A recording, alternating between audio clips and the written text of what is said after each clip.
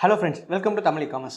So in this video நம்ம என்ன பார்க்க போறோம்னு பாத்தீங்கன்னா already நான் வந்து நம்ம YouTube சேனல்ல Amazon PPC campaign-ஆ என்ன அதாவது campaign-ஆ என்ன ஆட்டோமேட்டிக் campaign-ஆ என்ன மேனுவல் campaign-ஆ என்ன ரெண்டுத்துக்கும் என்ன வித்தியாசம் campaign-ஆ ஜெனரலா என்ன அது என்னென்ன விஷயங்கள் நம்ம பார்க்கணும் அப்படிங்கற விஷயங்கள் எல்லாமே ஆல்ரெடி ஒரு வீடியோ போஸ்ட் பண்ணிருப்பேன். இது அடுத்த கட்ட விஷயம். அதாவது அந்த வீடியோல என்னென்ன பேசணும் அதுக்கு அடுத்த ஸ்டேஜ் என்னமோ அதெல்லாம் வந்து இந்த வீடியோல பேசலாம்னு இருக்கேன். நீங்க thumbnail-ல பார்த்திருப்பீங்க. இந்த தவறை மட்டும் செய்து விடாதீர்கள். Amazon PPC campaign என்னன்னா ரெகுலரா என்னோட ஸ்டூடண்ட்ஸ் ஆகட்டும் என்னோட யூடியூப் சேனல் பார்க்குற நீங்களாகட்டும் தொடர்ந்து ஒரு சில தவறுகள் அதாவது எல்லாரும் சொல்லலை ஒரு சில பேர் இந்த மாதிரி பண்ணிகிட்டு இருக்காங்க.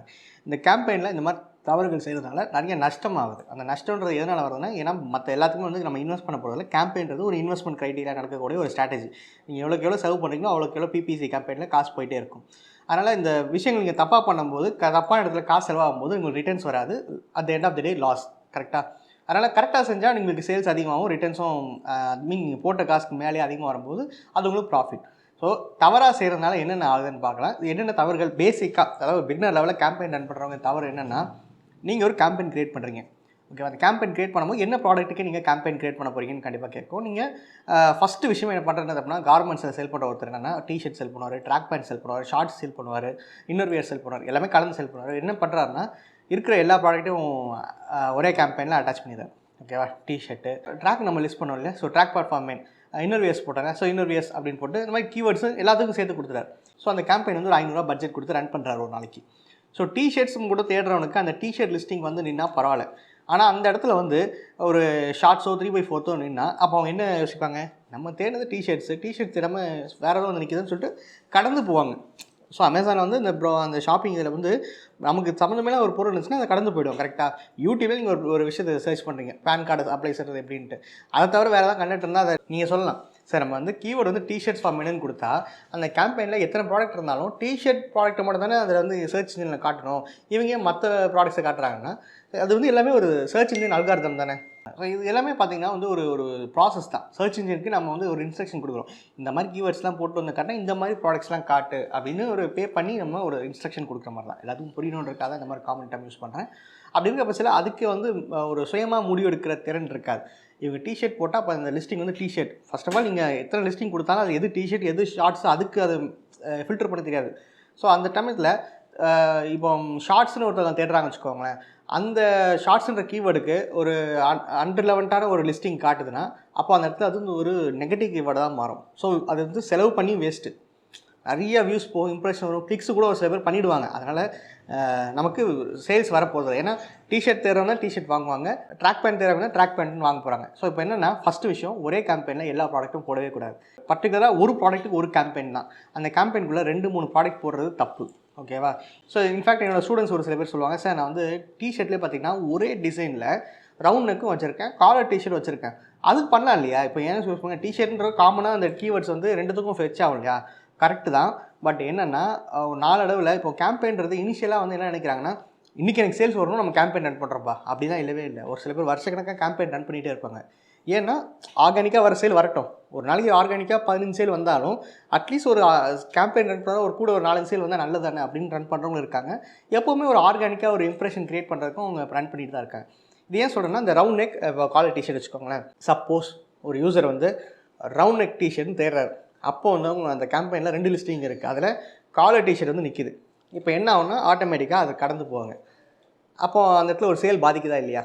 அந்த இடத்துல ரவுண்ட் டிஷர்ட் தானே ரவுண்ட் நெக் டிஷர்ட் தானே வரணும், ஆனால் மாறி வரனால சேல் பாதிக்குதா இல்லையா. அதனால் நீங்கள் சைஸ் வேரியேஷன் ஓகே, ஸோ அதுக்காக நான் வந்து எக்ஸல் தனியாக எல் தனியாக அப்படின்னு அவசியம் இல்லை. பட் சின்ன சின்ன ஒரு மாற்றங்கள் இருந்தாலும் கண்டிப்பாக நீங்கள் கேம்பெயின் வந்து ஒவ்வொன்றுத்துக்கும் தனித்தனியாக ரன் பண்ணணும். ரெண்டாவது வந்து என்னென்னா இந்த மாதிரி தப்பாக ரன் பண்ணுறதுனால ஒரு சில பேர் சொல்லுவாங்க, சார் எனக்கு ஆர்கானிக்காக நல்ல சேல் வந்துட்டுருங்க சார், கேம்பெயின் ரன் பண்ணது வந்து ஆர்கானிக்காக சேலே வரல சார்மாங்க. இதுக்கு என்ன காரணம், கீவேர்ட் இண்டெக்ஸிங்கிற ஒரு விஷயம் இருக்குது. கீவேர்ட் இண்டெக்ஸிங்னா ஒரு யூசர் அமேசான் வந்து ஒரு தேடுறார், ஏதோ ஒரு ப்ராடக்ட் தேடுறார். ஃபார் எக்ஸாம்பிள் திருப்பி அந்த இதுக்கே வருமே ரவுண்ட் நெக் டிஷர்ட் தேடுறாரு. ஓகேவா, ரவுண்ட் நெக் டிஷர்ட் வந்து காலர் டிஷர்ட் வருது. அப்போ என்ன ஆகுனா காலர் டிஷர்ட் நான் தேடவே இல்லையே எனக்கு அதுக்கு அப்படின்னு சொல்லி ஸ்வைப் அப் பண்ணிக்கிறார். ஆனால் அந்த 10 லிஸ்டிங் இருக்கும். ஓகேவா, சர்ச்னா ஒரு 10-15 இருக்கும். தொடர்ந்து ஒரு நாளைக்கு ஒரு 1000 பேர் வந்து அமேசானில் தேடுறாங்க, காலர் டிஷர்ட் மென்னு தேடுறாங்க. ஆனால் ரவுண்ட் நெக் இருக்குது வேண்டாம், காலர் டிஷர்ட் ஃபார் மென்னு கேட்குறாங்க, ரவுண்டுக்கு கேட்க வேண்டாம். ஸோ அப்போ 1000 யூசர் அந்த லிஸ்டிங்கை வேண்டாம்னு சொல்லி என்ன ஆகுனா அந்த சர்ச் நீங்கள் என்ன அசியூம் பண்ணிக்கணும்னா, ஸோ அது வந்து ஒரு ப்ராடக்ட் வந்து மேக்ஸிமம் பெரிய ஒர்த் இல்லாத ப்ராடக்ட் போல இருக்குது, அது ஆட்டோமேட்டிக்காக கொண்டு போய் நம்ம 2வது 3வது பேஜில் போட்டுக்கலாம். ஏன்னா அமேசான்றது ஒரு சேல்ஸ் மிஷின் தானே, அவங்களுக்கு எந்த ப்ராடக்ட்டை சேல் ஆகுதோ அதை தான் முன்னாடி கொண்டு வருவாங்க. ஏன்னா அப்படி தான் அவங்க ப்ரோக்ராம் பண்ணி வச்சுருப்பாங்க. யோசிச்சு பாருங்களேன், நீங்கள் ஒரு கடையிலே கூட ஃப்ரண்ட்டு ரேக்கில் எதை வச்சுருப்பீங்க, நல்லா சேல்ஸ் ஆகக்கூடிய ப்ராடக்டாக வச்சுருப்பீங்க. ஏன்னா சப்ளை மூவ் ஆகிட்டே தான் நம்ம காசு வரும்ட்டு. அதே மாதிரி தான் அமேசான் சர்ச் இன்ஜினும் வந்து ஒர்க் ஆகுது. ஸோ இதனால் என்னென்னா ஒரு 10 நாள் முன்னாடி கேம்பெயின் ரன் பண்ணி நல்லா ஆர்கானிக்காக சேல் போயிட்டுருக்கும். ரவுண்ட் நெக் டிஷர்ட் போடுவாங்க, ரவுண்ட் நெக் டிஷர்ட் வந்து நின்றுருக்கும், கீவேர்ட்ஸ் ஆட்டோமேட்டிக்காக ஃபெச் பண்ணி ஆர்கானிக் இருக்கும், சேல்ஸ் போயிருக்கும். இவங்க தான் மாற்றி கொடுக்குறதுனால அந்த டோட்டல் சர்ச் இன்ஜினே கொலாப்ஸ் ஆகுது. அதனால தான் சரி எனக்கு ஆர்கானிக்காக சேல் வந்தது கூட கேம்பெயின் ரன் பண்ணதுக்கப்புறம் சேலே வரலன்னு சொல்லுவாங்க. இன்னொரு சினாரியோ இருக்குது, சார் நான் வந்து கேம்பெயின் ரன் பண்ணேன் ஒரு வாரம், பெருசாக எதுவும் சேல் வரல சார், 1-2 சேல் வந்துச்சு, ஆனால் கேம்பெயின் ஸ்டாப் பண்ணோன்னு பார்த்தீங்கன்னா நல்ல சேல் வருது சார், அப்போ கேம்பெயினை நம்ம ரன் பண்ணக்கூடாது அப்படின்னு சொல்லுவாங்க. அது அப்படி கிடையாது. என்னென்னா வந்து கேம்பெயின் ரன் பண்ணுறதுனால உங்களுக்கு ஒரு ஆர்கானிக் விசிபிலிட்டி ஏற்படுத்தி கொடுக்கும். சார் கேம்பெயினா பெய்ட் மார்க்கெட்டிங் தானே, அது எப்படி ஆர்கானிக்காக கன்சிடர் பண்ண முடியும்? எப்படின்னா இப்போ ஃபார் எக்ஸாம்பிள் வந்து ஒருத்தர் செல்லர் அமேசானில் உள்ளே வராரு, அவருக்கு இனிஷியலாக எந்த ஒரு விசிபிலிட்டியும் கிடைக்கல, எந்த ஒரு விசிபிலிட்டி கிடைக்காதனால சேல்ஸ் போகலை. ஒரு 10 நாள் அப்படியே போகுது. 10 நாள் கழிச்சு 11வது நாள் வந்து கேம்பெயின் ஸ்டார்ட் பண்ணுறாரு. அதாவது ஒரு ஹெட்ஃபோன், அதாவது நெக் பேண்டுன்னு சொல்லுவாங்க, அந்த ஹெட்ஃபோன் செல் பண்ணுறாருன்னு வச்சுப்போமே, stylish neck band headphone, neck band 100-500 rupees, long lasting headphone, இந்த மாதிரி ஒரு கீவேர்ட்ஸ்லாம் செட் ஆஃப் கீவேர்ட் இருக்குல்ல, அதெல்லாம் போட்டு ப்ராப்பராக கேம்பெயின் ரன் பண்ணுறாரு. ஸோ இந்த ஒரு வாரத்தில் வந்து பெருசாக மேசிவ் சேல் அட்டென்ட் பண்ண போகிறது. ஏன்னா கேம்பெயின் வந்து எப்பவுமே டைம் எடுக்கும். ஓகேவா, கன்வர்ஷன் ஃபேக்டர் ஒன்று இருக்குது, கன்வர்ஷன் ஃபேக்டர் அந்த லிஸ்டிங்லேருந்து அது வேறு. ஸோ இனிஷியலாக ஒரு வாரத்துக்கு வந்து அந்த யாராவது வந்து நெக் பேண்ட் அப்படின்னு போட்டாலே இவரோட லிஸ்டிங் வந்து டாப் 3 பேஜஸில் வந்து நிற்கும். அதனால் நிறைய வந்து கிளிக்ஸ் வரும். நெக் பேண்ட் தேடுவாங்க, கிளிக்ஸ் வரும், நெக் பேண்ட் தேடுவாங்க, கிளிக்ஸ் வரும். இந்த அப்போ அந்த சர்ச் அமேசான் சர்ச் என்ன எடுத்தோம்னா, பரவாயில்லையே எல்லா கஸ்டமர்ஸும் நெக் பேண்டும் தேடுறாங்க, இந்த லிஸ்டிங்க்கு அதிகமாக கிளிக்ஸ் வருது, ஸோ அப்போ கம்பேரிட்டிவ்லி இதை நம்ம கொஞ்சம் ஃப்ரெண்டுக்கு கொண்டு போகலான்ட்டு ஆர்கானிக்காக ஃப்ரெண்டுக்கு கொண்டு வரும். ஸோ இப்போ என்ன பண்ணுவார்னா, நமக்கு ஒரு வாரம் கேம்பெயின் ரன் பண்ணுறோம், பெருசாக சேல் வரல, அந்த வந்து ஒரு 5-6 சேல் தான் வந்திருக்கு, பேசாமல் கேம்பெயின் ஆஃப் பண்ணிவிடுவார். ஆனால் அந்த ஒரு வாரம் கேம்பெயின் ரன் பண்ணதுக்கான எஃபெக்ட் என்னென்னா, நெக் பேண்ட் சர்ச் பண்ணாங்க, கிளிக்ஸ் வருது, நெக் பேண்ட் சர்ச் பண்ணாங்க, கிளிக் வருது. இப்போ சர்ச் என்ன பண்ணோம், ஆர்கானிக்காக கொஞ்சம் முன்னாடி வந்து நிற்பாட்டோம். ஸோ அப்போது அதுக்கு அடுத்த வாரம் பார்த்தீங்கன்னா சேல் வரும். சார் கேம்பெயினே ரன் பண்ணாமல் எனக்கு சேல் வந்துச்சு சார், ஆஃப் பண்ணணும், அப்போ இதுதான் நல்லதுன்னு நினைப்பாங்க. அப்படி கிடையாது. என்னன்னா அதோட இம்பாக்ட் பார்த்தீங்களா, ஒரு வாரம் அந்த கேம்பெயின் ரன் பண்ணதுக்கான இம்பாக்ட் தான் அடுத்த வாரம் ஆர்கானிக்காக. ஸோ இதுலேருந்து என்ன தெரியுதுன்னா, கேம்பெயின் ரன் பண்ணுறதுனால ஆர்கானிக்காகவும் சேல்ஸ் வர வாய்ப்புகள் இருக்குது.